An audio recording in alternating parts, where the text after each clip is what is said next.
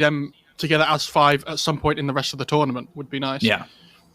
Because I think sure. if they were a full 5, I think this series would have been really, like, I think it could have been close, but I think now we know that they've got a stand-in. LGD are going to be favoured massively. Who's drafting right now? Don't know. I mean, it's either Lanham or... Well, it must be Lanham, right? Yeah, I would assume so. Windrunner getting picked up. And then the Undying. Obviously, maybe Aster haven't gotten the memo. You have to first phase ban the techies every single time if you don't want to play against it. But, it's fine. Maybe they could get away with it here. It's not the... do they usually go Undying techies? I thought they usually went like Mars techies or Tiny techies or something. Well, not recently with the Tiny. I think techies has become more of like a later phase pick for them. Okay. If they even go for it. They go to the Drow and the Undying. We talked about this lane in, I think, the first game of the day, where we talked about how the Undying's really good with this Drow and can play pretty aggressively. And they go to the Bloodseeker with the Windrunner. This could end up being like a mid-Windrunner if that's what they're feeling. I don't really know Phoenix that well. He's a newer player for this Team Serious lineup and kind of a new player to the front of, just the eyes, I would say, of everybody. So when I think Windrunner, if I'm going to see it mid, I'm thinking like 7-8 or, maybe a couple other players that I would name with that group. But I don't know. We'll see what Aster are going to do. They go to the Bloodseeker. We've seen that ban in the first phase a couple times. We've seen it ignored a couple times. XSS plays this hero pretty well. So I'm excited to see it. Yeah, I think this is good. It's just a strong combination, a couple of heroes, right? Like, you just have a strong off-lane pairing if it ends up being Wind Ranger 4, and you can build the rest of your draft depending on how you want to in the second phase. But this is something we see, I come back to them, a team like Viking all the time, they'll do like Bloodseeker +1, and then they can do like Medusa +1 in the second phase. Like, they do strong pairings. So it'd be interesting to see what they go for. I mean, something like Spectre's still in the pool if they want to go for it. Like, obviously, they want a way of dealing with the Drow, I would assume. Yeah. Definitely would have. I like the Venge band, though, as well. I think that hero with Drow is pretty crazy, even if it's not a 5. Yeah, for sure. We talked about the Undying Drow lane earlier, right? Like you were saying, in the first series, but I think Bloodseeker Windranger is probably one of the better lanes that are dealing with it, right? Because you can just shove the lane in if you need to with Blood, right? And if the Undying ever gets relatively low, you have a huge amount of burst damage to work with as well. Like, Bloodseeker isn't a strength hero. He has inbuilt sustain with the Thirst as well. So he's able to keep himself alive in the lane, like, over long periods of time. I'm interested to see what they go for here. I would assume these, heroes like PA that we sometimes see, or like Spectre, have big value up against the Drow Ranger. Interesting that they banned the Brood, though. I assume that's something Phoenix must play. Yeah, that's what I was thinking. They must have the notepad open on him, considering they may not know much about him either in terms of what he plays or what he had played with Team Serious, because they really haven't played too much. Like, they're playing they played in the Artisan Dota League, and they're playing in the Carnival Cup. But the Carnival Cup sounds great. Other than that, they haven't played much. I like to think that LGD banned the Brood without knowing if he plays it or not. They were like, does anyone know if he plays Brood? They're like, I don't know, maybe. And they're like, we'll just ban it just in case. Ooh, okay. Elder Titan getting picked up here. Should be the 5. Cool. It's different. Yeah. Kind of. I mean, China seems to like Elder Titan more than other regions, I think, as a support at the moment.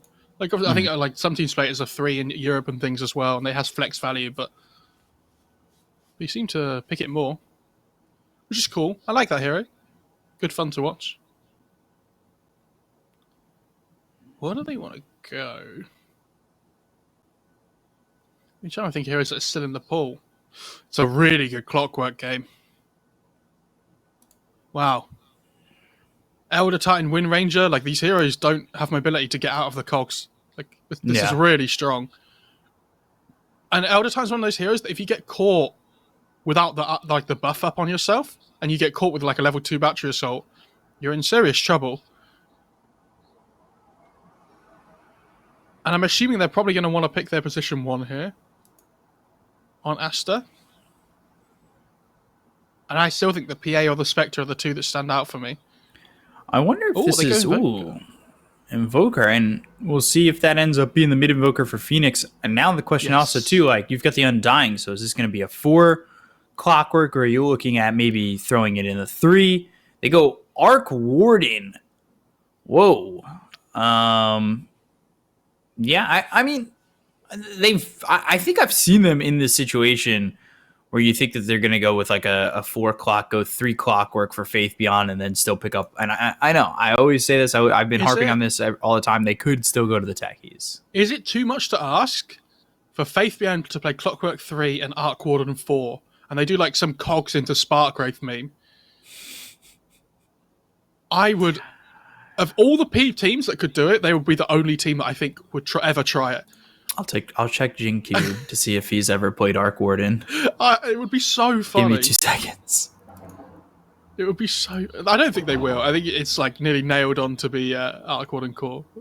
Like, it's going to be like Arc Warden, mid, Drow Ranger, safe lane. They are yet to pick their 3 or 4, which is fine. He's played Arc Warden once. Oh, God. December 15th, 2017. He played it for the Dream. Don't fill me with hope, Peacup. That would have been as a core, though, right? So let's see. It was in the safe lane. Yeah. But it was a 4 position because Aggressive... Oh my God, this was such a good team. They had Ego on their team. Oh my God, is it happening then? And then they had Aggressive with the safe lane Medusa. So it was Medusa Arc Warden lane. So the big thing, they banned the PA. The big thing for me is they lack early game damage output on LGD, which might be a problem. So they need something to makes sure they can cover their early game. And they don't have a huge amount of team fight at the moment either. It's kind of only really Tombstone. Oh, I really want it to be Arc Warden 4. That'd be so funny.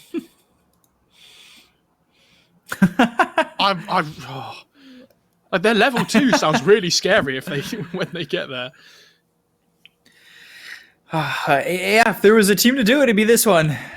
Oh, 2017, please. December 2017, For the Dream he was on. I bet Jinky's begging for it. He's like, guys, come on. Guys, you remember that time I played for the Dream? Do you guys remember? I think they're gonna pick a different Faith Beyond hero here, though. In all seriousness. No, they're gonna pick techies here, obviously. They need some team fight as well. Techies brings team fight. Something like Centaur could be interesting. It's not great against like Rupture and things. And yeah, I what about Tide? Tide's okay. I don't mind that too much. I would love to see Faith Beyond play Legion, but that's just not going to happen. Please. Puck. Ooh, I like that. I think it's going to be 3 Puck, 4 Clock. Okay. It could be... Oh. That's a great pick. Oh? Are we going to get it? I'm hoping. Please. Please. I'm begging you, LGD. I think they're deciding because they might want to play the Puck mid because they might want to put the Clockwork as the 3 now instead of the 4 to give it a Spirit Vessel timing against the Alchemist. Which, if the Clock goes as a 3, I think the better pairing for the lane would be the Arc Warden. Oh, boo. So close, so close, so close. I think you put the Clockwork as the 3 here. And then what? 4 Puck? Oh, they're going to put the clock... Okay. 4 o'clock, okay. That puck pick's interesting, though. It's not a hero we see a huge amount of anymore. It's a decent puck game. It gives them that team fight that they were lacking, which is the most important thing. But this Alchemist pick is really strong. Like, it comes online much quicker than the Arc Warden. And they can't really pressure the map at all on LGD. Like, the Clockwork kind of can, and Innocence kind of can on the Undying. Faithian's okay, but I think this Monet Alchemist should have a pretty good time. I actually prefer the Aster's draft. If you have to remember, though, if the game goes like anywhere past 30, 35 minutes, then this Arc Warden will become the biggest hero on the map. It's just, they have this lineup that is built around the Alchemist so well. Like, Bloodseeker can go like this Solar Crest Pipe kind of build. Invoker has Alacrity. Elder Titan can go for like this 4-star or whatever they need as well. Mm-hmm. They have OK Catch in the Wind Ranger and the Elder Titan. If this was their full lineup on Aster that they normally play with, I think I'd favour them quite a lot. But because they've got a stand-in, everything kind of goes out the window a little bit, and it'll just be interesting to watch. So, who knows? I think the X factor is pretty much Phoenix. You know, like Monet. I don't know if he can carry the game by himself if Phoenix has a bad start. It'll certainly be interesting to see, because I just, especially if Phoenix is playing against Nothing to Say, like, this isn't going to be a cakewalk by any means. I just don't want to watch this game because it's not Arc Warden 4. What's the point? Much blood. Hey, everybody. That's what I wanted. I don't think so. What? Oh, we're in lobby, so I can't tell. I'm going to go check, though. I wanted to see what rank Phoenix was. Not that matters much, but I was just interested to see. Just because you've also got Nothing to Say, who's very high ranked. So let me just take a quick look, if you will. I wonder if anyone definitely goes to Vessel on the deity. I'm assuming Jinkyu's probably thinking about it. Faith Bian might even be thinking about it. On the puck? Yeah, potentially.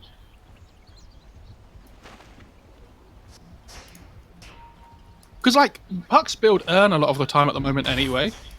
Mm-hmm. I think it's most likely going to be Jinkyu's item, but we'll see.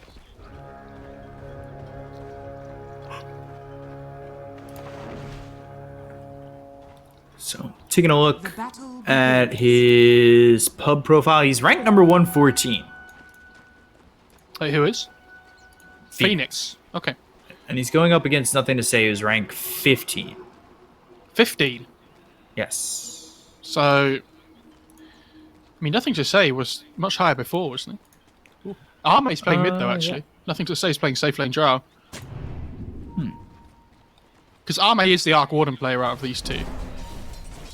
It's like the POS WAD, effectively. So, let's see. I'm taking a look at Phoenix's picks as of recently. It was Brood, Monkey King, Kunkka, Doom, Leshrac, Void, Invoker, Storm, TA, and then Leshrac again. A lot of variety in those heroes. But out of the last 10 matches, he's only won once. Sirius haven't exactly performed all too well. Are you even trying? And this courier top lane. Yeah, I don't know what that was. Brain's not switched on yet. Need time to get into the game. And he's played the Invoker 5 times recently, and he hasn't won one game with it. Oh, that's in the last. No, that's all time. He's played 5 Invoker games. His most recent one 4 days ago. It did not go well. Nice to see Invoker getting more gameplay though at the moment. That hero's really fun to watch. Mm-hmm. Bot lane, Lanham. Getting run out a little bit.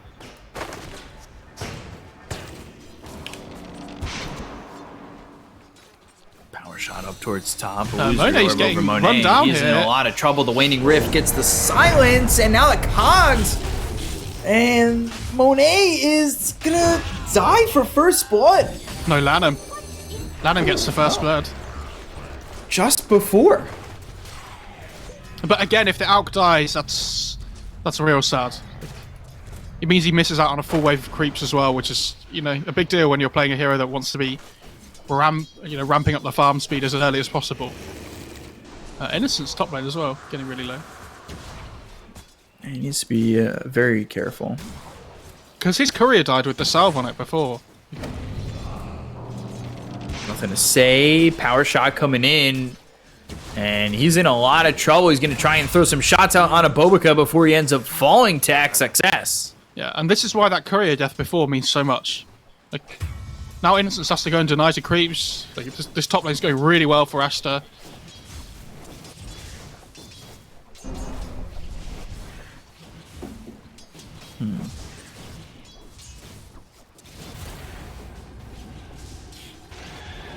So it's a 1K lead for Aster. Obviously, that's Alchemist numbers. But I don't know how much of that is Alchemist numbers at the moment, considering Monet only has 9 last hits, right?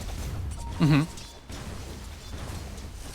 He missed out on a lot of XP as well. Oh, he's killing the skeletons, though. Easy gold. Best gold there is easy gold.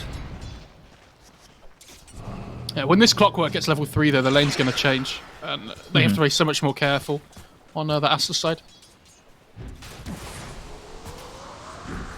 We got throwing some shots at Innocence, who does have 2 salves on him. You can see them starting to cut into the net worth, but ooh, Ame taking a bit of damage there over mid. Lanham's in trouble. Cogs, Battery Assault, Faith Beyond right here. Cogs push him away. Lanham, Illusory Orb, and one more shot from the Battery Assault. Jinq gets the kill on to the Elder Titan. Soon as Clockwork hits level 3, you have to be so careful. This Drow's really struggling top though. 9 CS in 4 minutes. Like, the problem is you can't ever really go on the Wind Ranger, right? Like, you start decaying, but then she just presses Wind Run. And what do you do? Ooh, good shackle. Blood right now, power shots there. XSS, he's gonna get this kill, or no, Bobica does. This is a good combination, and what I've been seeing as Clockwork gets low over mid. Cogs though around, Lanham inside the tower, and he's gonna fall.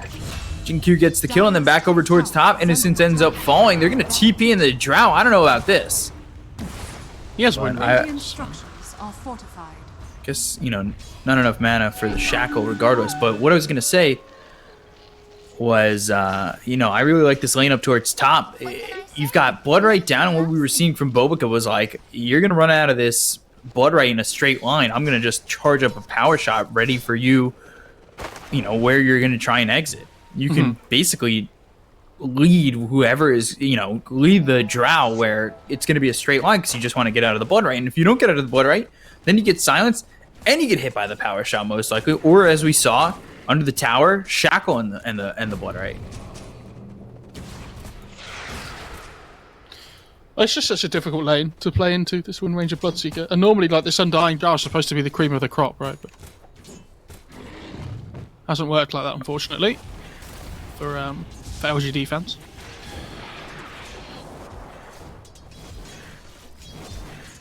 Faithian has 1,100 gold saved up. I have no idea what he's looking to buy. First item, Blink. He's TPing top though here. Let's see what he can help accomplish in this lane. I assume Drow looks to TP away here or just jungle because they need to keep their like they've kept their tower alive, which is really good. But now there's just no cores in the bot lane. Oh, Arme's making a rotation actually. Are they gonna swap the Drow mid? Yeah. Oh, okay. Interesting. Not terrible. But she has to be really careful. Like, she's just a slow hero. Yeah. She just loses all her mana. Yeah. Radiant's top tower is under attack. That's not fun. It's more fun than top lane, though. Dire's top tower is under attack. I assume Alchemist just goes to the jungle relatively soon, though, anyway, to be honest. Yeah, he just does his own thing. Cogs, power shot, Jinq in trouble. Shackle comes out, but he'll be okay with Cogs blocking. anybody from jumping in on him. I think the rotations help LGD, you know, if they can get something going with the Arc Warden as well as the Puck, but you're gonna need to give Drow a little bit of time. He needs to recover. Yeah, but this slow stage of the game favors the Alc massively. Because like they don't really pressure the map that well on LGD. Like, he's gonna go for this battlefield and he's gonna hit the jungle soon and just be absolutely fine. And now he gets to lane up against this Drow mid. Tornado EMP, Phoenix in trouble. He's gonna drop to Jinkyu. Good kill there on the Invoker. Yeah, big kill. You didn't want it anyway. Starting to get that. Oh, they've actually moved Monet over mid. That's really Yeah. good for nothing to say. It's good for nothing to say, but it's also good for Monet. If you're trading 1-for-1 farm with a Drow to an Alc, I can tell you which one of them is going to be happier. Like, this Alc will do that every day of the week. Although Monet pops that ulti, goes after Innocence. He turns What'd you around s- mightily quick. What'd you say to me? Don't talk to me or my son ever again. Oh, Bobica nice. getting that kill with the power shot. Let others sing my praises. Did he do Bobica that? has been on it. Where did he do that from? Bot lane. Oh my god, it's the combo. Oh, XSS in some trouble, but so is Jinkyu. I don't know if they're gonna get the kill on XSS. Coil. Dream Coil. Still, though, they need to follow that up with some damage. He'll look for the Waning Rift. It misses. He's got the Illusory Orb in just a second, finally finishing off XSS. Now Bobica, win run forward. Tombstone maybe on the high Beyond's ground right potentially. here. Maybe they go for the Tombstone, and there it is. There's the commitment to the Tombstone. Faith Beyond. He's got the Waning Rift. The silence is there, but the Tornado hits as well as the EMP coming down. And I'll wipe the mana clean from Faith Beyond. But again, Monet just free farming away in the top lane. I mean, the Invoker's falling behind, which is a bit of a problem here. But he has earned. Like, he's playing Quaswex. It's not a massive deal that he's falling behind. As long as the Alc has a good game, that's the most important thing for Aster. Obviously, the last few minutes haven't gone as well as they would have hoped, but it's still okay. Dire's top tower is under attack. Bot lane. Amin's having a good time on this Arc Warden. Jinky's making a play on Monet here, and Faithman's coming over though. Yeah, he is Coil up. 3. Is under attack. Yeah, it's not enough damage though, I don't think, is it? Maybe Maybe it is. Tornado EMP is certainly going to make that a little bit more difficult, though. Now Jinkyu out of mana, lose your orb away, Faith Beyond low on health. Well, they Generation. went on different rotation. targets. That was, now Drow. A lot of Atos. There's the silence as well as the sweep. XXS. He's got Rupture ready to throw. TP, and it looks like he's fine. Yeah, Soul Rip's going to help. Well played. Good TP. Maybe a little bit greedy with the stomp, but I think at the time it feels sort of like the right thing to do. You at least force the Drow away from like farm and stuff, though, which is still good. How did the rune split go that time? I think they got 3. Yes. 3 for 1. Dire's top tower is under attack. Okay. Only one went so- the way of the Radiant. Hook shot. Sure. Now the Cogs under the tower. He's still going to try and get the tower. Oh, the deny. But there's the deny. Monet in trouble. Lose your orb over. They'll get the kill onto this Alchemist. Big kill for the side of LGD. Yeah, that's huge, because he was farming really well with his Battle Fury timing and things. And the Arc Warden has Midas now, right? Radiant Like, structures this are Alchemist fortified. is like 2 deaths in the game now. The first one is fair enough, like it happens, but that second one, you know, you want to be giving your Alchemist the safest farm on the map at the moment, and that is not the safest area. That's Coil used, they'll find the blood. Seeker Tornado comes in. Phase shift. Can they get the kill on XSS? It looks like they will. And Jinkyu just getting killed off. Under attack. This Tombstone, those owning. Dire's bottom tower is Innocence is going to run forward. They get the kill to Faith Beyond. Bobica gets one again with that power shot. And can they get the Tombstone in time? Looks like they can. 175 gold there for Phoenix. Nothing to say. Looking to go on these heroes if they do come down the steps. But the power shot Dire's gets another bottom kill tower here is under onto attack. Innocence. Bobica's all over the place at the moment, isn't he? 5, 1, and 2, taking part in 7 of his team's 9 kills. He's having a great time. Oh, it's the double shovel on the Arc Warden. Nice. Did Radiant get a shovel? They've only found one neutral item, and it's the 12-minute mark. You have an AUK on your team. Like, who's... How's nobody been farming neutral items? Oh, he misclicked on Arme there, I think. Monet in trouble again. Dream Coil is down. He's going to try and wrap and weave, but it's not looking good. Faith Beyond gets the kill on a Monet. I don't understand why he keeps running up to this top lane. I don't know. You have this top jungle you can farm, like there's the two camps towards the... I understand what he wants to be doing is playing in the top lane, farming the top lane, and farming his top jungle at the same time. But, like, you don't see anything in the top jungle. You can't play up here safely, right? You have no idea who's coming towards the lane. Mm-hmm. And this Arc Warden having the same net worth as the AUK at the moment is like, a big problem for the AUK. It's 2 deaths in a row that has delayed his game a lot. 9-9. F10K? Who's gonna get it, Mo? Bottom tower is under attack. I'm gonna go with LGD. Sure, why not? Chat, 1 for Aster, 2 for LGD. Go. No Who's gonna get the spoilers. first 10 kills? Come on.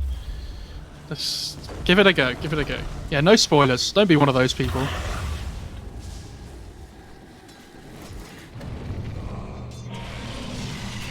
Everyone's just here to enjoy the day. Spirit Vessel. Oh, Bloodseeker.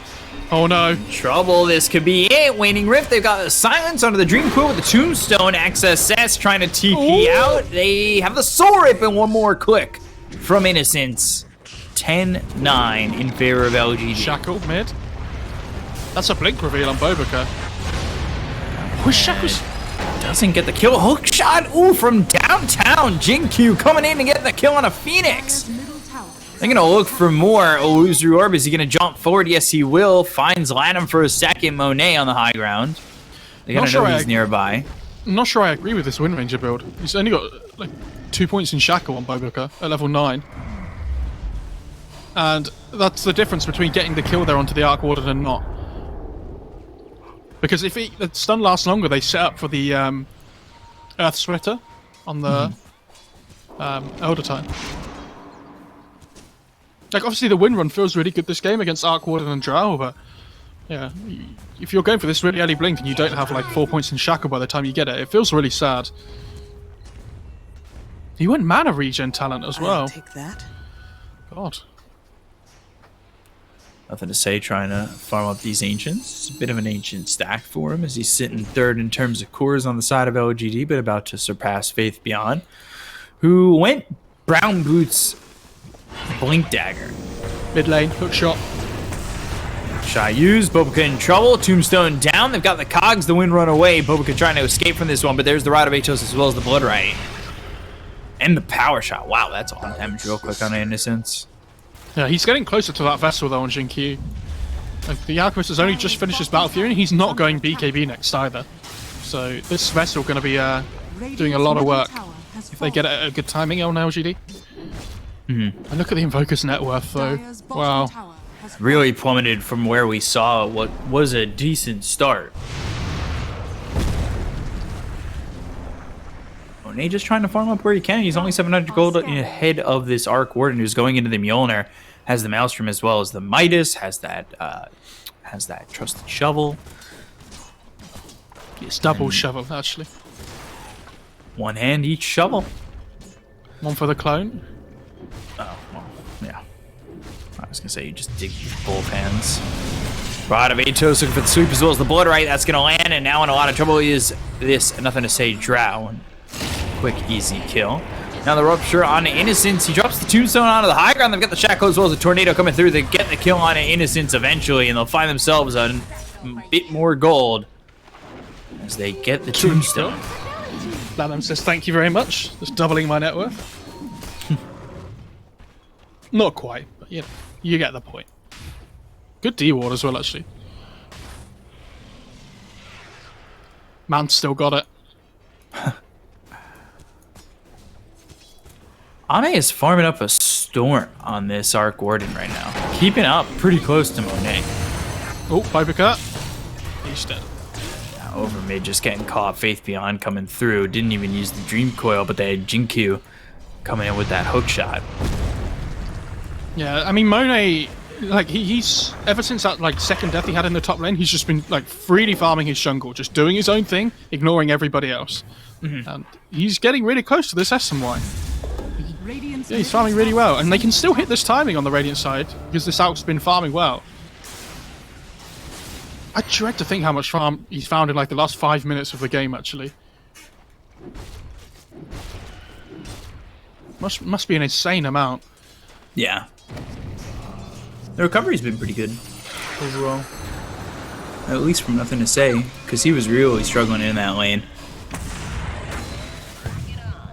And they've got the Yules on Faith Beyond, Brown Boots into the Blink, then the Yules. I like this from Faith Beyond, knowing that he wants to play aggressive.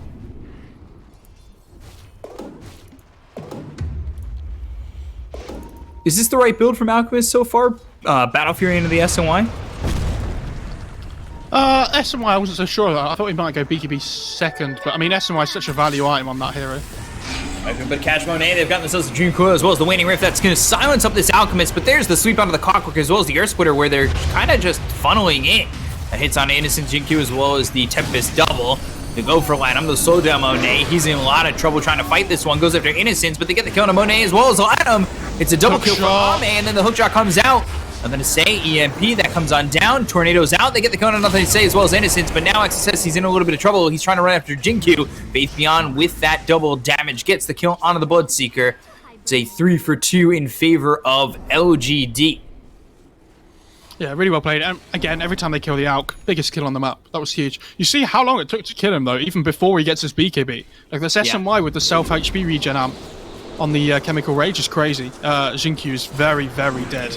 Oh, yeah, he's going to go down here. But the good cogs, though. Oh, dear. Under the tower. Ooh, boy. And he is dead. Faith Beyond with another kill. Faith Beyond is 7-1-7 up to this point. He's going into the Ags after finishing off this Yules. I'm a little bit worried for them when Out gets BKB, though, that their damage output might not be enough. Like, he's going to go BOTs on the Arme Arc Warden, which is obviously really good. Like, they need to split the map up and not allow Aster to have this, like, big 5-on-5 fight they want with the Alchemist. Phoenix? Dire are scanning. They want the runes. Waiting for Faith Beyond here. Goes into the Ghost Walk. Waning Rift is down. Bounty Rune picked up by the Invoker. Puck, phase shift, has the blink, goes into the Roche Pit. He's okay.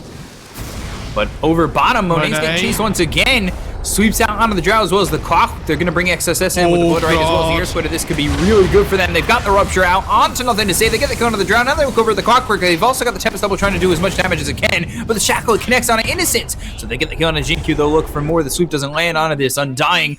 Undying look for the Bounty Room. Faith Beyond comes over. The Tornado's going to land onto the Undying. They'll get the kill on Innocence if he's not too careful. The Rod of Atos as well as the Blood Right with the Focus Fire from Bobica. Make it another 3 heroes down on the side of LGD. Faith Beyond. Shackle. Looking cheeky from Bobica. He's just trying to push the wave out so he can keep his tier 1 alive as long as possible. That's the important thing. But like with a catapult wave, this is nearly always going to go down here. Dire's middle tower is under attack. They have glyph, right? Yeah, they do. Dire's structures are fortified. I feel like Lanham's been doing a really good job this game on the Elder Time. His stomps have been really clutch. Yeah, Dire's middle tower I agree. is under attack. Coil. Coil Bobica. Has fallen. Can't catch him. Yeah, the tower dies as well, so good fight for Aster. 2k net worth up. And the hits the net worth up, BKB. but that's... I mean, that's with an Alchemist on your team. That's not much 21 minutes into the game. It's not, but the way that lineup works is they all buff up the Alk, right? Like, there's a Medallion on Invoker with Alacrity. See, this Bloodseeker's going for Pipe next as well. If they can get a good fight with this BKB now, all of a sudden this lead goes to like 8k because the Alchemist can farm in the downtime as well.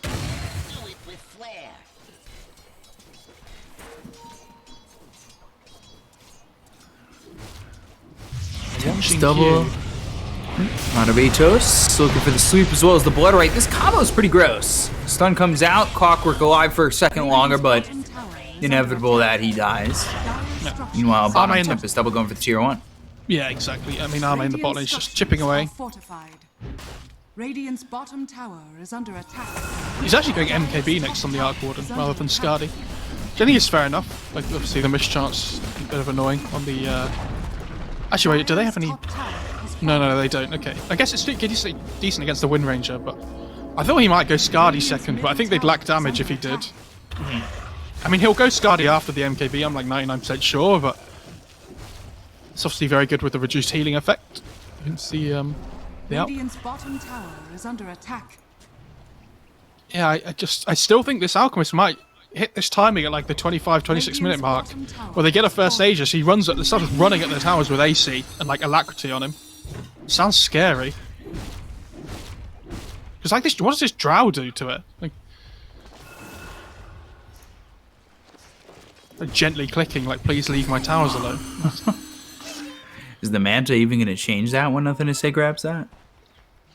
I mean, it helps. He has a DD bottled as well, which will actually be a... Oh, they're right here looking for Monet once again. He's going to charge with the stun, but it's only thrown to the Tempest double. They've got the Dream Core, but the BKB gets popped by Monet. They've got the Rod Atos, and now they'll take out the Tempest double. 300 gold for Alchemist. Innocence TPing away. And then another 200 gold from the Tombstone. An Thanks very influx much. of gold for him. Thanks very much, Gaben. Bobika is setting up for a kill here top. The ET's TPing in as well.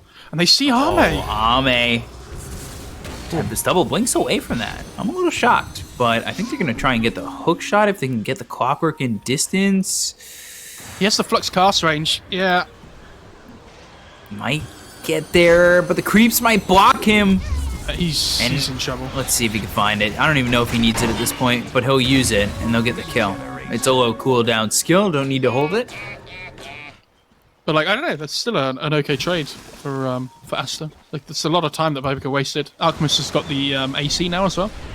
And they're going to look to try and smoke up and fight here, I imagine. Even with the Wind Ranger being dead. You want to try and fight around this Roche pit here. Dire's bottom tower is under attack. Doubled. Do they have a smoke? Oh, they don't have one. Solar Crest, here you go. So now's the big enabling from the Invoker. Who's pretty far behind. So is the Bloodseeker. But Boba is actually really ahead. He's having a great time. Yeah. Almost Phoenix at the comes MKB. over. Did he spot Faith beyond there? I think he did. Yeah, he's right under him. Waning Rift, Illusory Orb, Cold Snap, and now the Tornado as well as the Blood Right. This is going to be a big problem for Faith Beyond, but he gets the phase shift Yes, off. blink. Can they line up the sleep? He blinked away. And makes the escape. Faith Beyond. God, I hate playing against Puck. 500 gold away from getting this this Ags finished off. Like, this Alchemist has just finished AC and he has 2,100 gold. Like, he's doing really well. It's just, I don't know, this Arc Warden. He's got a Spell Prism queued up. I don't think that's how that works, Arme. It is if you try hard enough. Are they going to go into Roche here, though? Radiant's bottom tower is under attack. They've got hook shot. Where's the clockwork? He's not too far away, but he's going to be spotted. He's got the rocket flare to try and find himself a pathway into the pit, but it's not looking likely. Hook shot blocked by the Windrunner. Now they've got the Rod of Atos down, as well as the Blood Right. The clockwork in trouble, ending up dead. XSS gets credit for that kill. Yeah, that was well played by Aster, though. Like, they're just grouping around the pit to make sure he can't find an angle. Like, again, Lanham just, his spirit's giving vision. Elder Titan, the king of the Roche pit. Tempest double. And gonna potentially be more gold. Actually, Alchemist gives up on that. I can't believe he has Spell Prism queued up. That's so funny. Oh. If you pray it'll happen, it will. You just have to pray hard enough. And early enough, you know? 11 minutes before that item drops, potentially. I get you. I get you.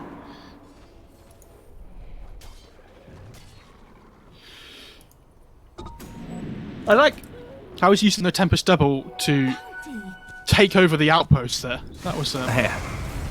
class. Oh. Stun. Tempest double. In some trouble. Looking for the sleep. It lands. It's gonna die though. Oh, One unfortunate. more shot. Monet, Bottom tower is angry. under attack. Monet equals angry. Yes. I think a good neutral item here for the Alk might kind of seal the deal almost that they want to go for this push here with the Aegis. Well, they probably will anyway, but... And that spider legs on the Alk is really good as well, because it means he has an extra slot. He can, like, move the boots out. Because the spider legs effectively count as a pair of boots. Yeah, it's more movement speed. So, I mean, spider legs is one of the best items you can get on Alk for this kind of, like, timing lineup.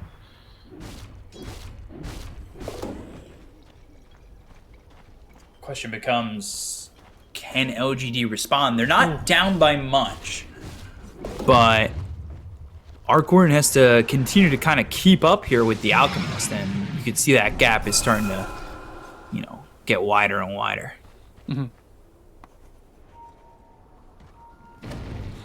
Oh, DD top. Prize. Invoker gonna grab it. Paladin sword? Who are they? Oh, is he not taking that on the Alk? Wow. Okay. Who does he give that up to? If anybody. Yeah, that's interesting, isn't it? I mean, they're not using any of their tier 3 items at the moment. Invoker's just keeping the faded brooch. He's like, hell yeah. Gotta go fast. Hex queued up for the Arc Warden up towards top, though. Ame getting caught by Bobica. He just solo killed him with the MKB. Wow. He might get caught for this, but certainly a bunch of value. Hookshot comes out into Bobica. They've got the cogs as well as the battery assault, illusory orb, shackle, but the spirit vessel's on Bobica, and he'll fall finally. But Ame going down. That is a massive kill, and you can see the net worth just jump. Look at the Alk. That. Look at the Alk. Radiant's middle tower Okay. is under attack. Dire's bottom This is tower Dota you got? 2. Tier 3 And potentially next. Without the Arc Warden, this high ground is a lot easier. They need a creep wave, but... Oh my god. Do they? Eventually, tower's you would just have gotten gone. through it. Gust. Jinku.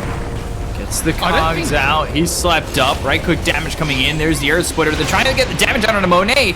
Alright, they took out the Aegis. That's going to be the Dream Coil down onto 3 of these heroes. They also got the Dream Coil to break on this Invoker, who's going to be forced to back multiple times. Faith Beyond, Illusory Orb. Can he find the Invoker? He jaunts to this orb. And now, they've got the Yules on Monet. Tornado comes Arc through as well Warden's as up the Blood again. Right, but there's the Blink. Phase Shift. Faith Beyond really wants to go for this. I don't know if he can. Yeah, they've got to chill out there. I mean, staying around on the high ground where you don't have Chemical Rage anymore is always a bit of a risky play, but they keep their tower alive on LGD, which is huge. But, I mean, Bobica, you can see the threat that he offers now, with the level 20 as well. Oh my god. Where'd the clone go? And he has Hex queued up on Arc Warden now as well, but... Yeah. Bottom. Looking for the Bloodseeker. They've got the Silence. 4 heroes here. Get the kill on XSS. alone. I mean, the Hex is really good on the Arc Warden at least, because it means if Bobica doesn't kill him during the shackle duration, he can just Hex him up afterwards and like try and turn and kill. But even so, like, it's a risky play. I still feel like you need to tank up a little bit. Hook shot. Hook shot. Find him in trouble. Dream Coil. That's down on a 3. Faith Beyond taking a lot of damage, though. Monet gets the kill. They'll look over as the multi-shot comes through. They get the kill into Bobica. They look over to Lanham. He's got the Spirit Vessel on him. They get themselves a second kill, and now they'll look over to focus on Monet. So buyback on the Elder Titan. Now they'll look in. Alacrity Oh on my this Alchemist goodness. with the damage! Ripping through Monet. Earth Splitter's not going to do much of anything.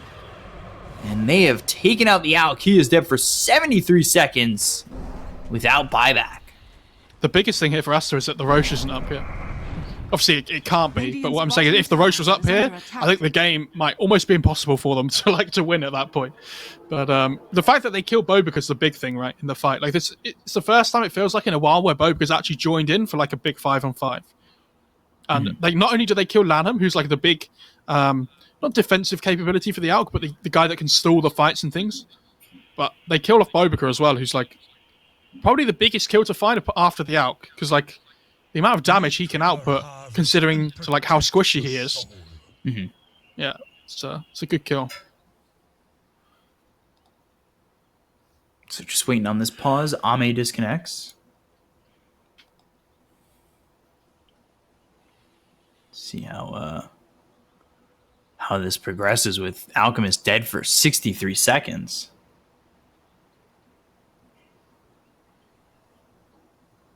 Yeah, without buyback as well, could be a bit of an issue.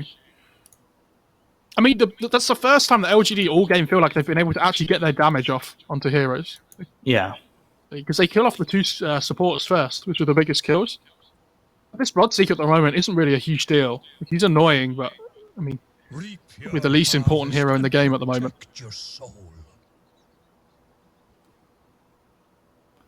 Doesn't feel like this Bloodseeker is... I don't know, much of a problem anymore, although I say that the Rod with the Bloodright and the Shackle is still a pretty strong combination. I mean, the Wind Ranger effectively took over as the 3, though, right? And the Bloodseeker's become the 4. Like, like this, like they've given Boba so much farm priority, like in this top side of the map, on the Wind Ranger. And Bloodseeker kind of just has to deal with it. Like, XSS probably isn't going to be happy, but he knows it's the best way of winning the game. Go for that mid tier 2. Cool. It's gone. And I love this Lincoln that Arme has queued up next as well. I think this is really good. This is what I thought he might go, if not Scardy. Like when he, as soon as he died to that Shackle top lane, he was like, maybe I should go Lincolns at some point. Can you just take a look at the 1, 2, and 3 positions of LGD? Just tell me what they have in common at the moment. What do they have in common? They all have Lincolns queued up. Oh, right. All 3 of them. Yeah, I mean, it's like Rupture, it's Shackle. Abyssal on the Alk is a big one as well. How close is he to that? He's got the Abyssal. How close is he to this MKB? I think Pretty close. the Axe on the Puck is a big deal as well. Because if they can coil up the Alk, he might struggle to get his damage off. It's also really good against the Wind Ranger as well. Like, you kind of want to keep your Alchemist away from your Arc Warden and Drow at all times in the fight. And if you just throw the coil down, they don't have a play to be able to get rid of the stun duration. So Monet can't just run at them if the coil is onto him. And LGD were really hoping that there would be a Roche at the end of that, but obviously the timing's not working out. I'm a little bit disappointed that Arme hasn't got the Spell Prism queued up still, but I'll let him off. You might put it back. They've got themselves the Rocket Flare. Might be able to hook shot in. Looking for the vision, looking for an opportunity, and that's going to be on a Phoenix. They've got the cogs around him. Illusory Orb coming through. They're going to jaunt. Oh, Dream Coil's a whiff from Faith Beyond. Oh, for the Alclo. They still get the Hex. The Bloodright's down, and now he's stunned himself. They're going to look over, still continue to try and go on a Phoenix. That Gust also misses. That's not going to hit onto this Invoker. Now they're going to look over at the Alchemist. Alchemist trying to run forward, but he's got himself the Hex as well as the BKB. They get the kill on nothing to say. Oh my goodness. And now look at how strong Monet is. Looking over at Innocence, there's the stun thrown forward, and they get the kill. 3 heroes down to the side of LGD. All they lose is Phoenix. Yeah, I mean, the Alchemist isn't going to get much stronger than this. Like, he can sell the Battle Fury and then get this last item, but apart from that, this is him slide. Like, he's got the spider legs as well for his boots. So, I mean, the coil whiffing there at the start of the fight was the biggest thing. If the coil lands on the Alk there, the fight's completely different. But the Arc Warden can't stay around and fight him because the coil misses. So the Arc can't keep the distance. I actually think I misspoke when I said the silence missed the Invoker, though. Because he was definitely silenced in that fight. Yeah, he was. I was going to let it slide, but you brought it back up again. I never let my mistakes slide. It looked like it came up short, though. Oh. Clockwork knows this is going on. He's going to do the same again. Here we go. But this time they have the outpost to go to. So he can find a better angle. Oh, boy. Oh, the perfect positioning!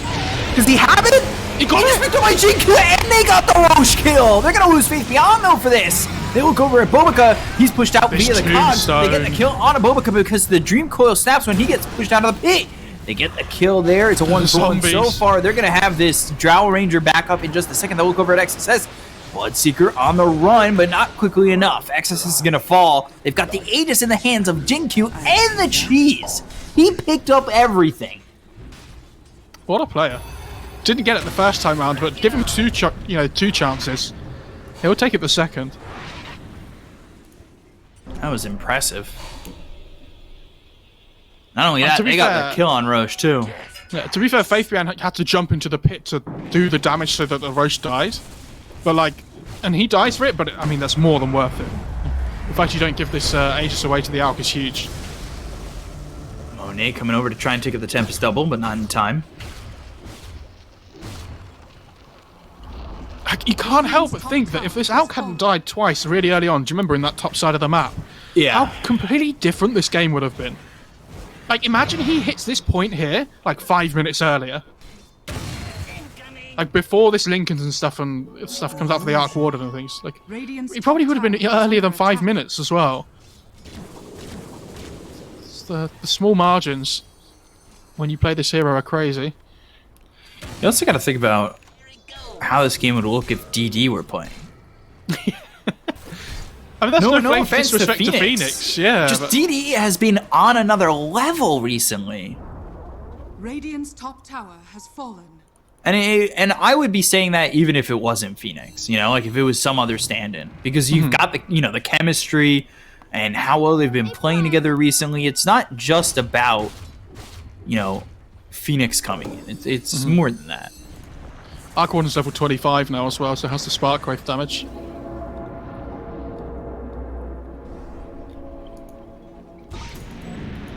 Is Jinkyu gonna go for Ags next? Oh, I feel like that wouldn't be Jungle. a bad pickup. well, the Ags, yeah, it's pretty good because you want to control the Alk up during his BKB, but you have Coil already, so it's not like as necessary as other games. I think the Lotus Orb's really good, like reflecting shackles, ruptures. Shackle, hook shot missing. Now they get the kill there on the Innocence. They'll look over those. The Dream Coil gets snapped. They'll look for Bobica. They've got the Hex. They'll have the damage. They'll get Oh, the the kill. Now they look multi-shot. over. Multi-shot doing a lot of damage, and they've got Monet jumping in, getting the kill and nothing to say, ripping him apart. Now going after the Tempest double, and he's going to rip through that as well. So picking up a lot of gold. They've got the Rupture on a Jinkyu. Hook shot away, power play. Cataclysm. Okay, but still, Jinkyu in trouble. Hit with the Solar Crest. He's going to lose that Aegis. Splitter comes in. Ame's here with nothing to say who bought back, but they don't get anything out of that buyback. And, well, Aster, they're just going to retreat. But they know there's no BKB on the Alk here, so they can look to try and force things before that comes back up again. 30 seconds of downtime, so.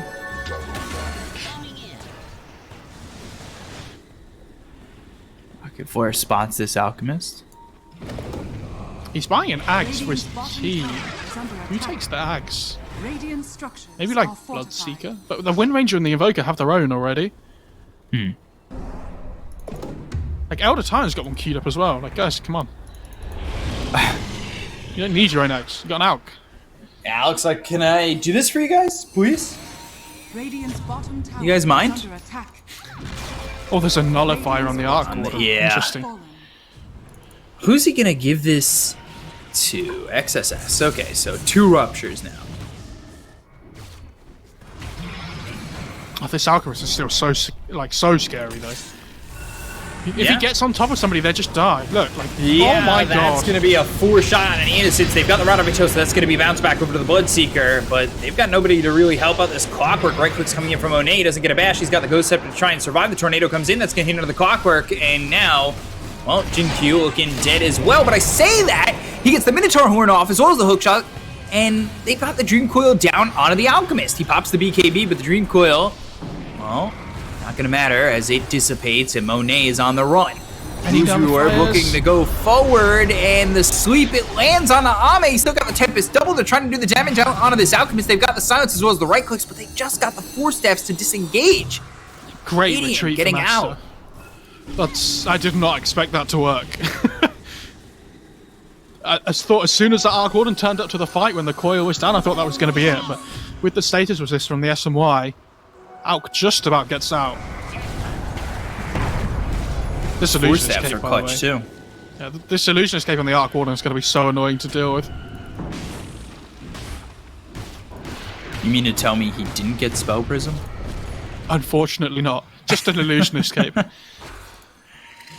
Queued it up for that, all that time for that. And now he's got bots too.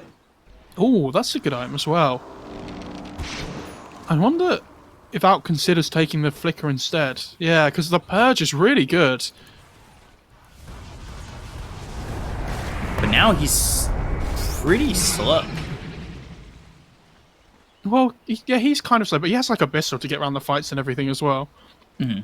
The Purge is just too good not to take up against like Gust, Flux. There's a Nullifier as well. Like, we get enough time to see the Arc Warden Ag's Scepter, the Rune Forge. Oh, Timeless Relic. Invoker might finally get rid of his Faded Brooch. Oh my god, he has. Bottom lane, though, they're going to go into Bo because they've got the Silence as well as the Hex with the Nullifier out onto this Windrunner. They'll get the kill. Faith Beyond gets credit for that one. 3k lead for LGD. This Magic Lamp, by the way, on the puck is a huge item as well. It means, like, if the Alk has ever been able to chain stun him down, like, the whole rest of this game, it just doesn't matter anymore. Because now when he gets the Magic Lamp, he can just phase shift straight away. Because whenever the Purge applies. So, he's going to feel really good about that. Radiant's bottom tower is under attack. It feels like Alk's going to hit this point where he peaks. Mm-hmm. Can LGD get through that? Considering Aster have a stand-in, though, fair play to them. They've made this game really good. Yeah, for sure, for sure. I agree. I didn't think it would be this close. Oh, neither did I. Off the back of an LGD 3-0 Grand Final victory again. Dream Coil? And he's fine.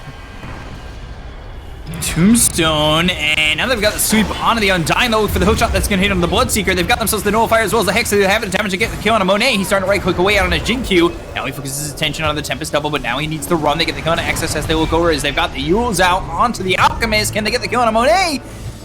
Charging up the stun, throws it over at Faith Beyond, and it comes back. Finally hits him. There's the Cataclysm with the damage, but the phase shift. The Magic Lamp. Faith Beyond still surviving. Now they look over as they've got the Nullifier on top of Monet. They get the kill on Phoenix. They're taking away the heroes around this Alchemist. Can they finally get the kill on Monet? Finally, after all that chase, they do get the kill out onto the Alch. And they'll look towards the back lines. Lanham on the run. He's got the Spirit Vessel on him. Bobica comes over. The Shackle goes the Focus Fire out onto the Clockwork.